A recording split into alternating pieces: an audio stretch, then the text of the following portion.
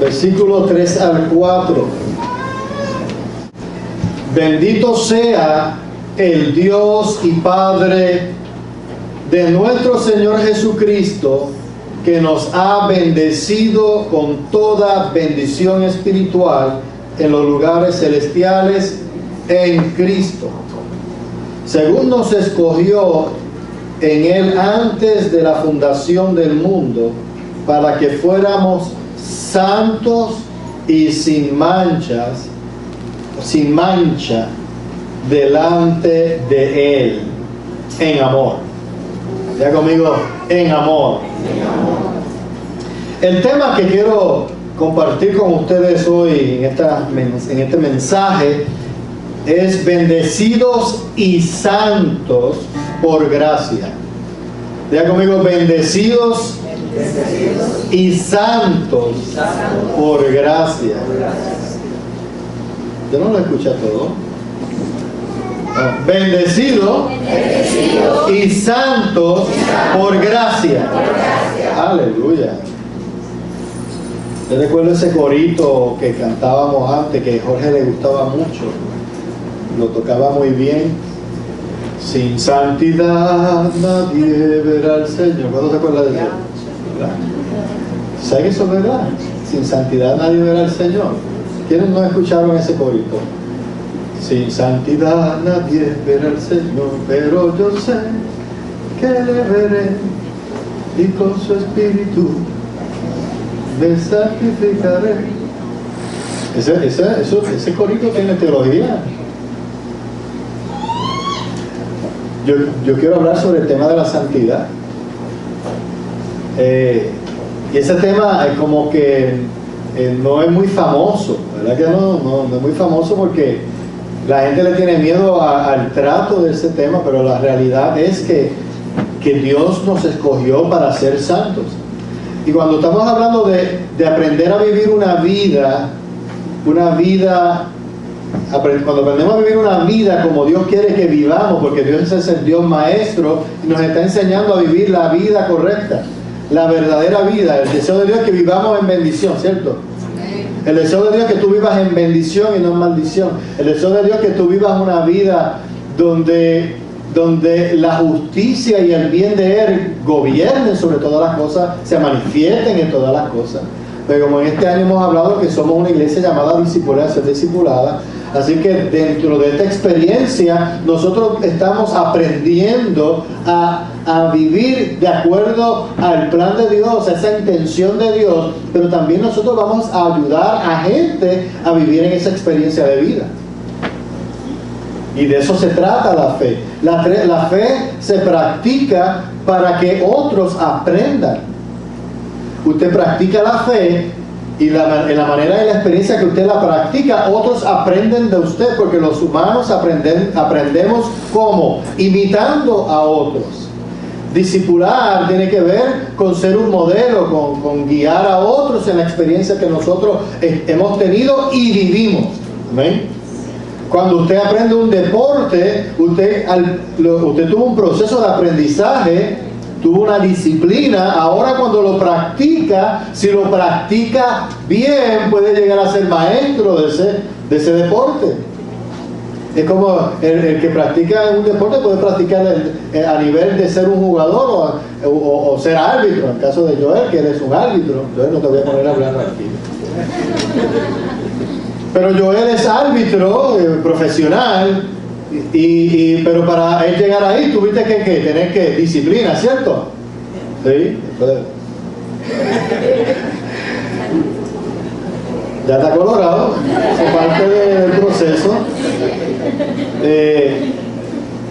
Pero yo conozco a Joel desde hace unos años, y cómo él ha ido creciendo en su profesión como árbitro. Él tiene otro, pero él hace otro tipo de trabajo, pero también comenzó una práctica, quizás como un hobby, pero se convirtió en una profesión, y hoy en día él puede enseñar a otros cómo hacer la ejecutoria correcta de su profesión como árbitro.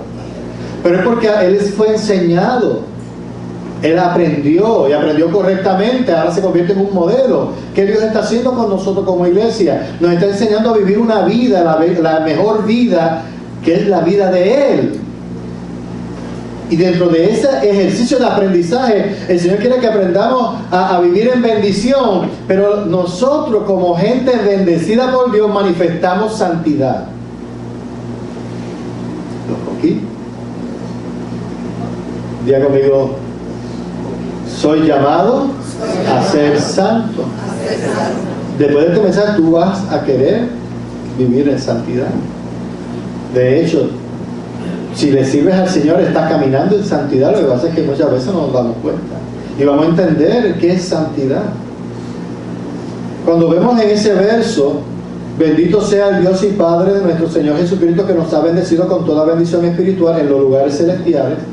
Pablo está, este verso es maravilloso. Yo lo leo y yo leo ese verso y tiene salen muchas imágenes. Porque Pablo está hablando y está bendiciendo. Dice, bendito sea el Dios y Padre de nuestro Señor Jesucristo. Hay algo que decía un comentarista, y era que cuando nosotros nos damos la tarea de bendecir a alguien, normalmente esperamos del benefactor de esa bendición, el que la da, uno espera del benefactor algo, ¿cierto? Cuando usted bendice, cuando usted reconoce, cuando usted le da un halago a alguien, cuando usted le dice a alguien, wow, qué bien te ves, normalmente la persona dice, ¿qué querrá? ¿Cierto? Cuando alguien le da un reconocimiento, uno espera que algo va a ocurrir por consecuencia de eso, a no ser que sea una persona que se deleita en bendecirte y reconocerte. No, para esa persona que da y bendice y da un halago, si esa persona ama correctamente, para esa persona su halago es esa expresión sincera, genuina, emocional, sentimental. Eso que sale es genuino. ¿Están conmigo? Pero puede darse el caso donde la expresión de bendición hay una intención detrás de recibir algo. Pero también está el que bendice porque reconoce que ha sido bendecido. En el caso de este verso vemos a un Pablo que está bendiciendo, pero esto se da dentro de una experiencia cúltica. Él está expresando a Dios, agradeciendo a Dios, está reconociendo a Dios que Él ha sido bendecido. Es una expresión de adoración. Bendito sea el Dios y Padre de nuestro Señor Jesucristo, que nos ha bendecido. Diga conmigo, ya yo he sido bendecido. Nos ha bendecido con toda bendición espiritual en los lugares celestiales en Cristo. Y según nos escogió en Él antes de la fundación del mundo para que fuéramos santos y sin mancha delante de Él. Pablo está hablando aquí de reconociendo que yo soy bendecido con toda bendición espiritual en los lugares celestiales en Cristo. Cuando Pablo está hablando de esta experiencia, él está haciendo hasta una teología de lo que es ser un bendecido. Cuando yo leo esta expresión de Pablo, me viene a la imagen ese entendimiento de qué fue lo que Cristo hizo por nosotros cuando murió en la cruz del Calvario. Cristo murió por ti y por mí, resucitó y está a la diestra del Padre, y desde allí está gobernando. Pero no solo eso, sino que desde allí, según Pablo reconoce y expresa, Él nos bendice. Y quiero que entiendas esto. Cuando el hombre, Adán, pecó, introdujo el pecado a la humanidad, a consecuencia del pecado de Adán, todos nosotros fuimos partícipes de su pecado. Y yo lo digo así, qué emoción, no es nada emocionante. Por el pecado de uno, todos pagamos el mismo pecado. Todos somos culpables como Adán. Y dice, pero qué justo es eso. No, es que cuando veamos las implicaciones de las decisiones. A veces no nos damos cuenta que las decisiones que yo tomo no solo me afectan a mí, afectan todo lo que está a mi alrededor. Adán, cuando pecó, afectó a la humanidad.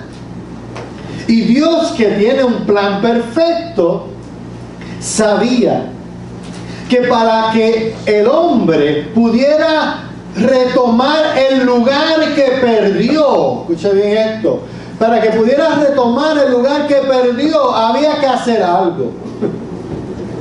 Había que hacer algo. Tenía que venir alguien. Tenía que venir un hombre como el primer Adán. Ahora yo le pregunto, ¿cómo era el primer Adán? El primer Adán, el primer hombre, diga conmigo el hombre. Y cuando hablo de Adán como hombre, como humano, ser humano, así que todos estamos incluidos ahí. El primer Adán, el primer hombre, era conforme a la imagen y semejanza de Dios, era un hombre perfecto. Pero aquel hombre, si usted agarra esto y se le ilumina la mente, usted va a vivir iluminado para toda la vida.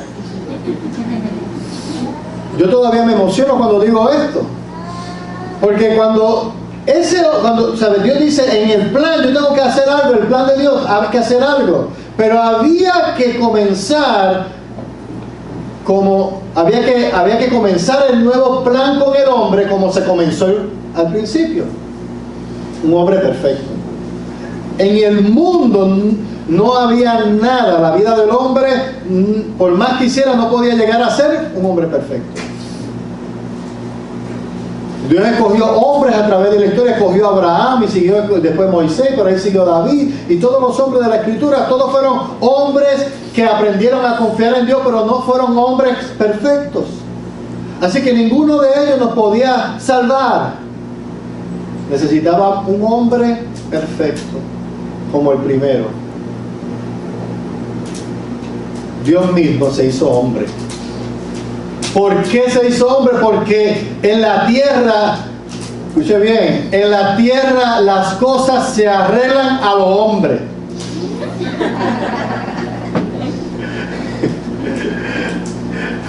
Y cuando digo a lo hombre, estoy hablando a lo macho, no dije a lo macho. En la tierra las cosas se arreglan a lo hombre. ¿Están conmigo? Nosotros muchas veces queremos que Dios haga un milagro y estamos ahí, Señor, haz un milagro en mi vida, cámbiame, ¿cierto? ¿Cuántas veces andamos pidiendo oración que nos cambie, ¿ves? Se te va a secar la boca, te vas a cansar si no haces nada. ¿Por qué? Porque en la tierra los cambios ocurren con decisiones y acciones. ¿Están conmigo? Porque si las acciones de un primer hombre nos llevó al desastre, entonces tiene que haber alguien que tome una decisión que nos lleve a la victoria. ¿Están conmigo? Jesús tomó la decisión. Jesús accionó correctamente.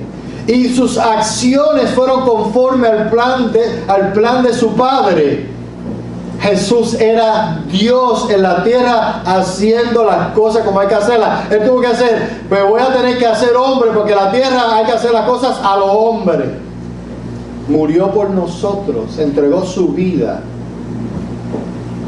Nos posicionó correctamente para que ahora nosotros podamos vivir una vida delante de Él. Un Dios santo. Diga conmigo, Dios es santo. De hecho, esa palabra santo, cuando dice para que fuéramos santos,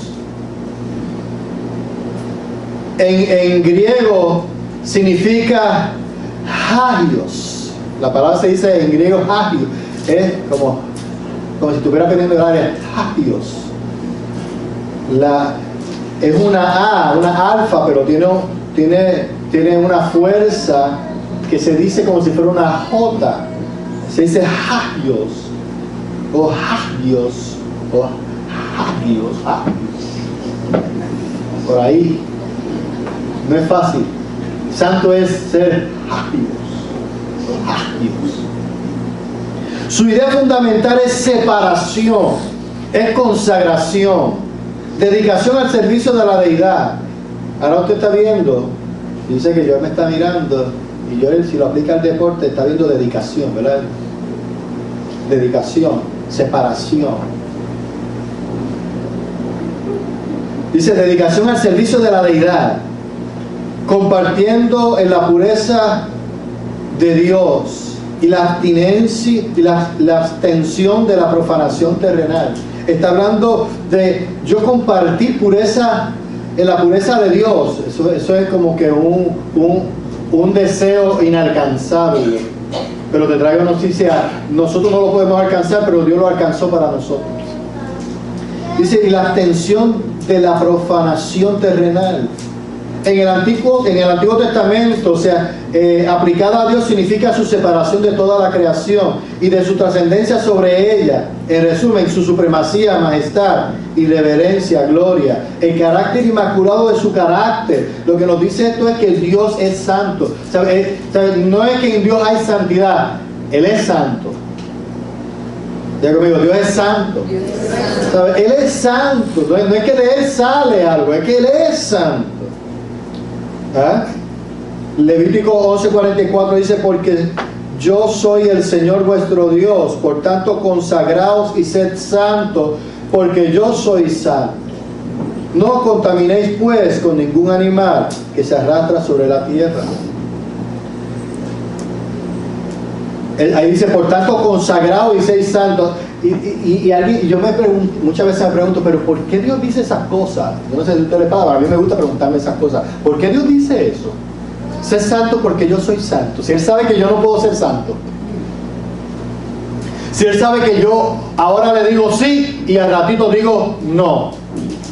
Yo se supone que no sea así. Que muchas veces como líder arranco el año, gloria a Dios, y termino en diciembre como el mono de palo en palo, brincando. Sí, o sea, Dios sabe que tú te vas a equivocar, Dios sabe que tú dices que sí, mañana dice que no, pero Él confía en su plan perfecto y Él confía en ti. Porque Él sabe que hay una gracia, hay un plan divino obrando en tu vida. Dios es santo.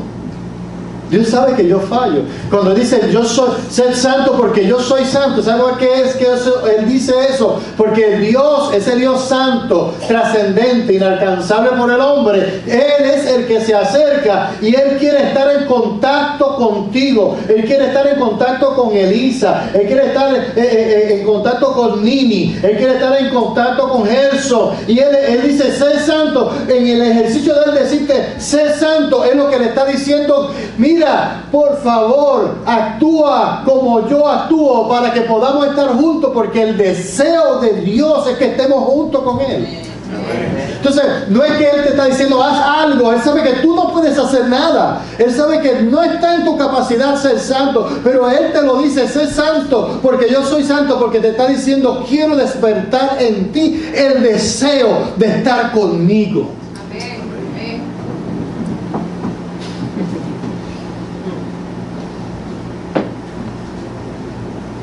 Dios está programando tu mente. Cuando Dios le da la ley a Israel, Él sabe que Israel le da los mandamientos. Dios sabe que los mandamientos los hombres no los cumplen. Él sabe. Él sabe que se nos olvida. Que hoy nos levantamos echando fuego de santidad y pentecostales, y mañana estamos arrastrados como cachacos. Para lo que veía antes. Hoy estamos arriba, pero mañana estamos abajo. Cachaco era un borracho que salía de una comedia. Hoy estamos deseosos de servir al Señor, pero mañana de repente hay una ira, hay un odio y estás dispuesto a renunciar a todo lo que te comprometiste a hacer. ¿Por qué? Porque en tu naturaleza hay una actitud y un deseo de pecar innato. El hombre por sí solo no puede acercarse a Dios porque la tendencia de nosotros es como el cabro del monte. El cabro tira, ¿a dónde? Para el monte. Y usted lo tiene acá y le está con la pata así, haciéndose para allá. Sí, pero va cabrito, pero vente aquí. Y tú lo metes en la casa, en la sala. El cabrito está. Así yo veo cristianos que dicen, pastor, pastor. Y mira para el monte, mira para el monte. Cuando ves, salta y está en el monte de arriba. Yo, pero mío no ve. El pastor va y lo busca, lo trae el domingo a la iglesia. Y él viene aquí. Y aleluya, aleluya, aleluya, aleluya, aleluya, aleluya. Y se va para el monte otra vez. Y yo a veces le digo, Señor, yo voy a pasar toda la vida bajando cabros del monte.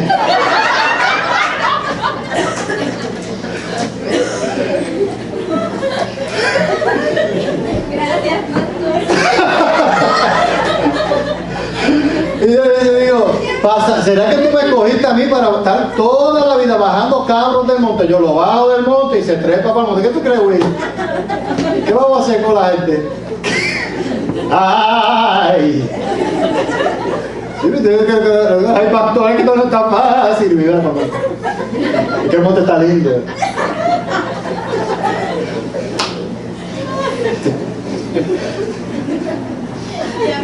Dios sabe que tú tiras para el monte. Que es una naturaleza pecaminosa, irremediable, por ti solo irremediable. Pero Él creó un medio. No un remedio, Él hizo un medio de gracia. Un medio de gracia. En el Nuevo Testamento, cuando miramos y nos acercamos al tema de la santidad, ese Dios santo del Antiguo Testamento, que cuando trató de tocar el arca del pacto, porque a David se le ocurrió montar el arca del pacto en un carrito. Ay, porque es que en el carrito corre más rápido. Sí, David en un momento dado se puso, que quiso cambiar de hacer un upgrade al servicio de Dios. Y dijo, bueno, ya no carguemos. Dios le dijo a David, el arca hay que cargarlo en los hombros. Y 4 hombres con 2 varas. Pero David, en un momento de alegría y gozo, porque habían tenido una victoria, dijo, bueno, traigamos el arca en ruedas. Y dice que el arca tropezó, eso es el tema de otro mensaje, y tropezó y saltó, y cuando Usa lo tocó, ¿qué pasó con Usa? Caput. Se murió en el momento. Y David se aterró. Dice que dice que David dice, Dios mío, pero ¿qué voy a hacer? ¿Cómo voy a manejar? O sea, David se alteró porque él pensaba que estaba haciendo algo correcto, de repente ahora le salió mal. ¿Cómo lo manejo?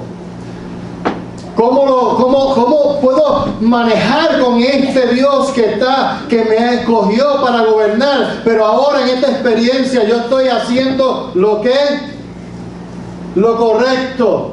Yo estoy haciendo lo mejor.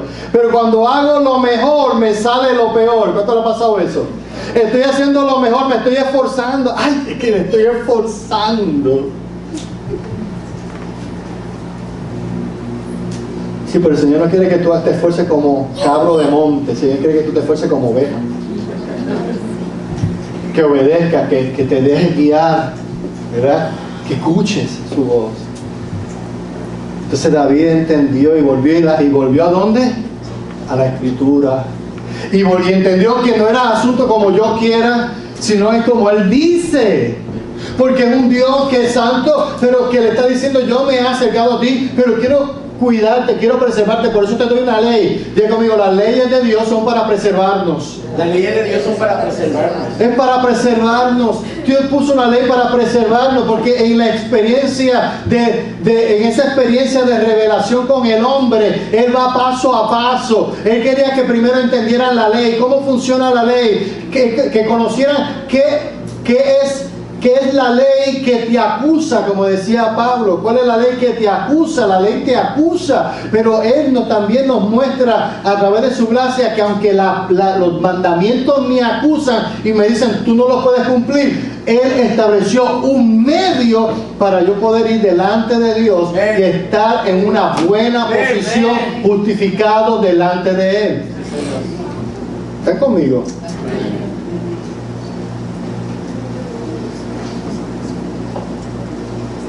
Así que santidad en el Nuevo Testamento es el estado de quienes por la fe, escuche bien, han sido unidos con Cristo, cuya perfecta justicia se le imputa.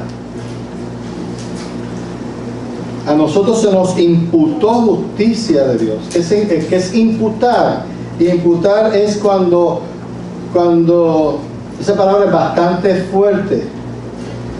Pero imputar es un término jurídico.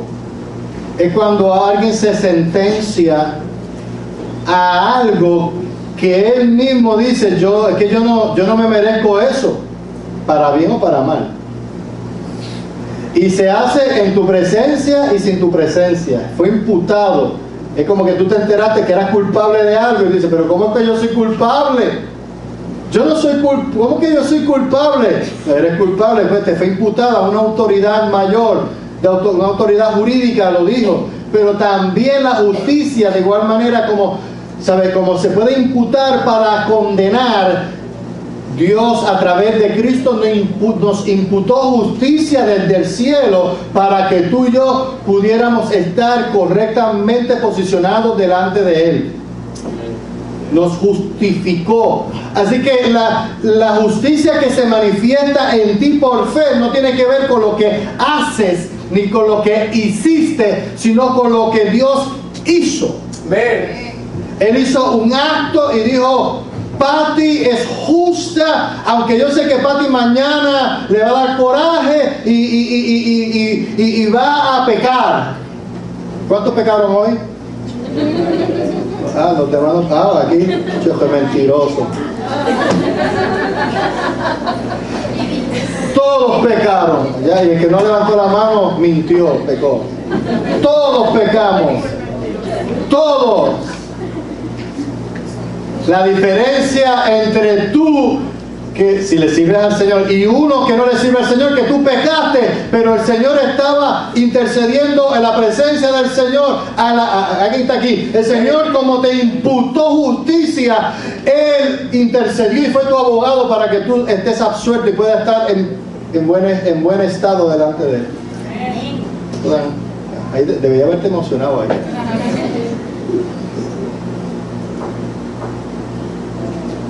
Entonces, ¿dónde juega la santidad con esto? ¿Dónde está la santidad aquí? ¿Cómo es que soy santo? Santidad es mantenerte en ese camino, en esa experiencia. Santidad es un proceso.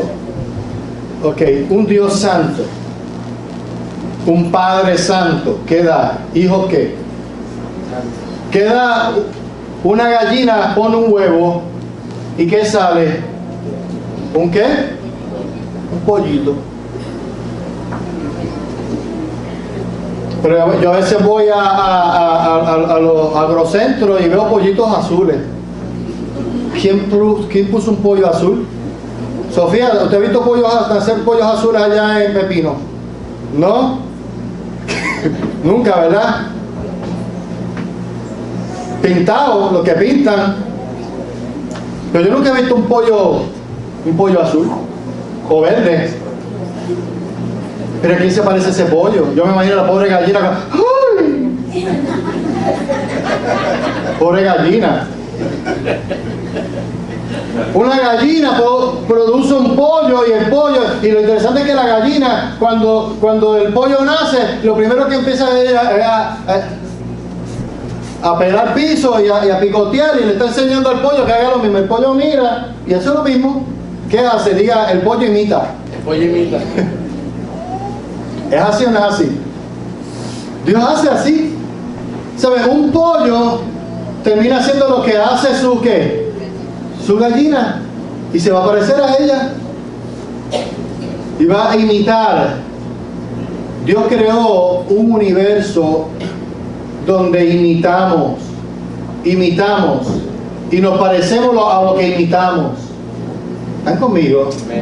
Dios creador es un Dios santo y Él nos creó para que nosotros imitemos su santidad, porque el interés de Dios es que en el ejercicio de imitar, en el ejercicio de practicar santidad, llegará el día en que podremos estar con Él cara a cara.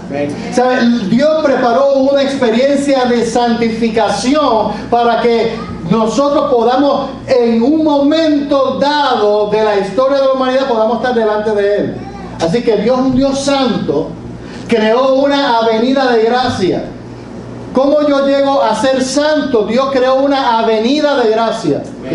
La avenida es un medio donde yo camino con Dios, en una experiencia de santificación. Donde donde santidad no es algo que quiero hacer, es a alguien a quien imito y a quien busco. Estoy mirando a Cristo, estoy mirando a Cristo, estoy mirando a Cristo, estoy mirando a Cristo. Y yo estoy mirando a Cristo, estoy mirando a Cristo. Y en la medida que sigo mirando a Cristo, va a llegar el día que voy a estar en la presencia de Dios cara a cara con Él. Yo no sabía cómo ocurrió, pero de repente estaba delante de Él, adorándole, mirándole cara a cara. Ahora soy santo, porque llegará el día cuando nosotros seremos transformados y ahora seremos santos en Él. Perfecto. Pero entonces mientras eso ocurre, nosotros estamos caminando en la avenida de la gracia. Diga la avenida de la gracia. Y en la avenida de la gracia yo estoy practicando ¿qué? Santidad. ¿Por qué practico santidad? Porque estoy mirando a Cristo y estoy obedeciendo a la enseñanza y la palabra de Dios. Aleluya, dígame. Amén. Diga obediencia. O sea, yo tengo que obedecer, no me queda otra. Como decía del testimonio de Rafa, él me dijo, yo obedezco. ¿Qué tienes que hacer tú? Obedecer. Obedecer la palabra de Dios. Obedecer en una experiencia, en una dinámica de vida. En una disciplina de vida. Eso es lo que es. Cuando eso se da en nuestra vida, nuestro carácter cambia. Cambia nuestro carácter. Entonces santidad no es algo que yo hago. No es algo que yo vivo, es algo que yo soy en Cristo, pero yo me esfuerzo, yo practico santidad. Y santidad no es quitarme algo, ponerme otra cosa. Santidad tiene que ver con mantenerme en esa sensibilidad de querer hacer lo que Dios quiere que yo haga, de mirar a Cristo. Para eso nos dio modelos de vida. Pablo decía, ser imitadores de mí como yo de Cristo. Pastor, pero ¿cómo yo puedo ser santo? Bueno, lo primero que tienes que practicar es ser fiel al ministerio que Dios te ha dado, o en el servicio. Una de las formas en como yo practico santidad es viviendo una vida práctica, haciendo algo para la obra de Dios. Me separo para Él en ese ejercicio. Por eso es que cuando el Señor me llamó a santidad a un momento dado, el Señor lo que comenzó a trabajar conmigo, cuando yo comencé a entenderlo, era que cuando se me dio la tarea de ser un maestro de escuela dominical, yo quería ser el mejor maestro de escuela dominical. Porque el Señor me enseñó que en eso yo reflejaba santidad. No es que ser buen maestro de escuela dominical me hace santo. No, es que el reflejo de ser un buen maestro refleja la obra de gracia que Dios está haciendo en mí. Yo no soy santo porque yo hago. Yo soy santo porque lo que hago es un reflejo de la gracia que está obrando en mi vida.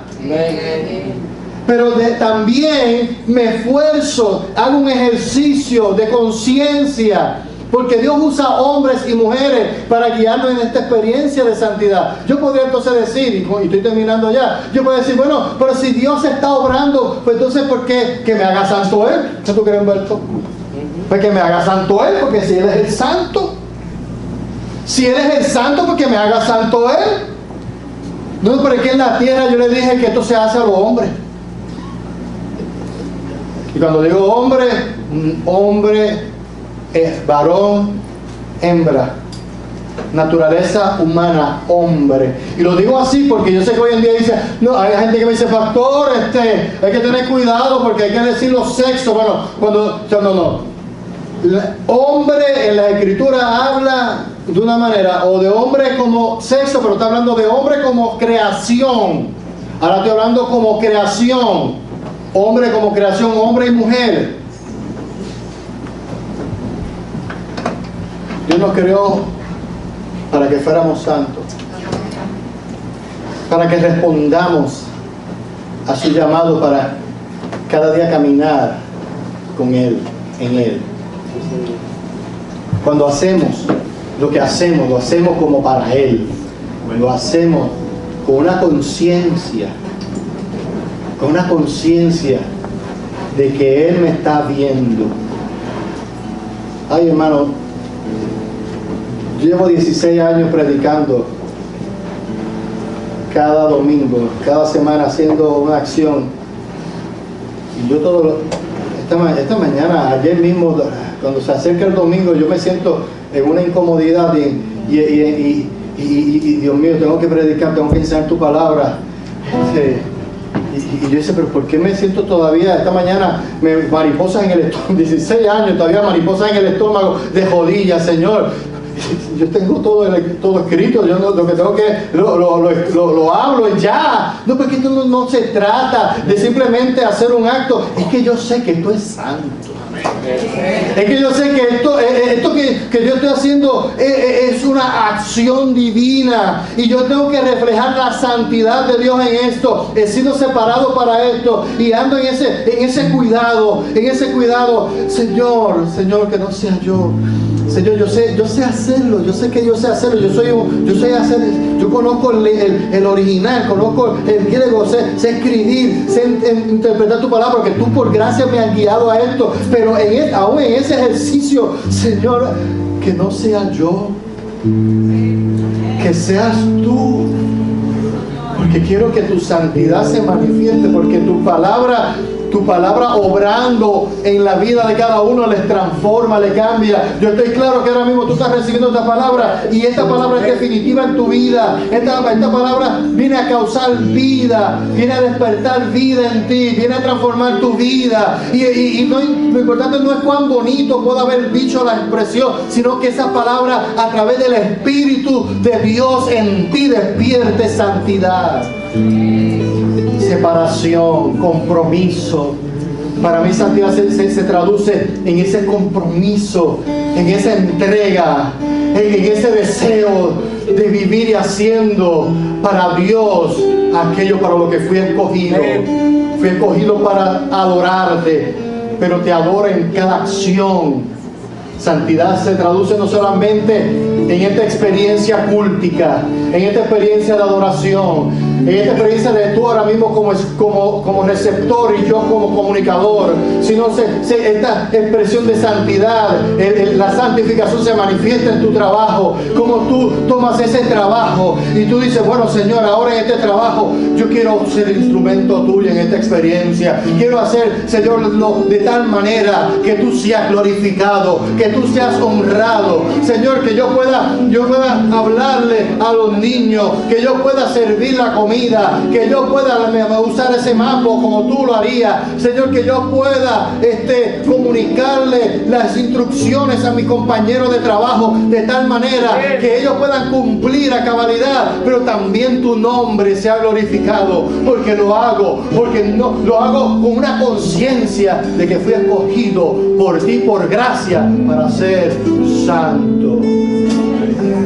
Yo veo esperanza para Puerto Rico en una iglesia que por gracia fue escogida para vivir en santidad. Una santidad que no se mide por cosas que tengo, sino por lo que sale de dentro, por lo que muestro con mi vida. Que el mundo pueda decir: aquí estuvo Cristo, porque Edgar estaba cuando cortaba el pelo. Decía: Señor, según le corto el pelo, córtale toda aquella carga que está sobre él y no le permite vivir comunión contigo. ¿Alguien está aquí conmigo?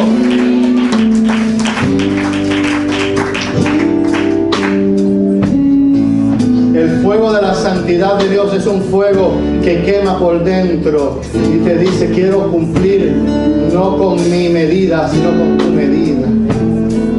El que vive y camina en santidad sabe que no es suficiente lo que hace. Su suficiencia está en Dios. Él es mi suficiencia. Cuando terminas de hacer lo que hiciste, terminas de rodillas, porque sabes que lo que hiciste es lo que tenías que hacer, y siempre te sientes que faltaba algo. Es que tú sabes que faltaba algo. ¿Sabes por qué faltaba algo? Porque es que no has terminado. No has terminado.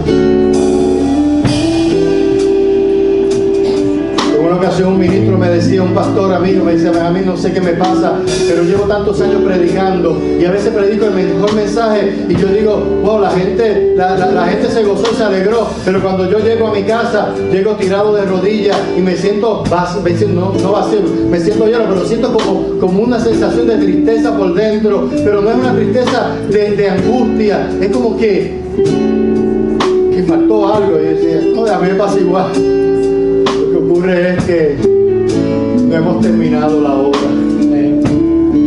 Es que no hemos terminado la obra. No es suficiente. Willy, no es suficiente. Oye, no es suficiente. Lo hicimos bien, pero no es suficiente. Porque no hemos terminado la obra. Willy, no es suficiente. David, no es suficiente. Esto no es suficiente, no es suficiente. Porque es que no hemos llegado a la presencia del Señor todavía. No hemos llegado a la presencia. Llegará el día cuando estaremos en su presencia. Wow, Humberto, tú te imaginas escuchar ese día la palabra del Señor diciendo: Humberto, en lo poco fuiste fiel, en lo mucho te pondré. Entra en el gozo de tu Kyrios, de tu Señor. Ese día, mire, nos va a embargar una alegría y un gozo eterno, que vamos a estar adorando toda la eternidad. Y la gente dice: no es que vas a estar delante allí de rodillas. Bueno, si me toca estar de rodillas, pues estaré de rodillas gozoso. Yo no sé qué es lo que qué asignación tengo en la eternidad, cuando sea resucitado y me levante con un cuerpo transformado. Pero va a ser el gozo tan grande que lo voy a hacer adorando y glorificando su nombre, porque para eso fuiste diseñado, para esto fuiste diseñada, para adorarle. Dice amén. Ponte de pie.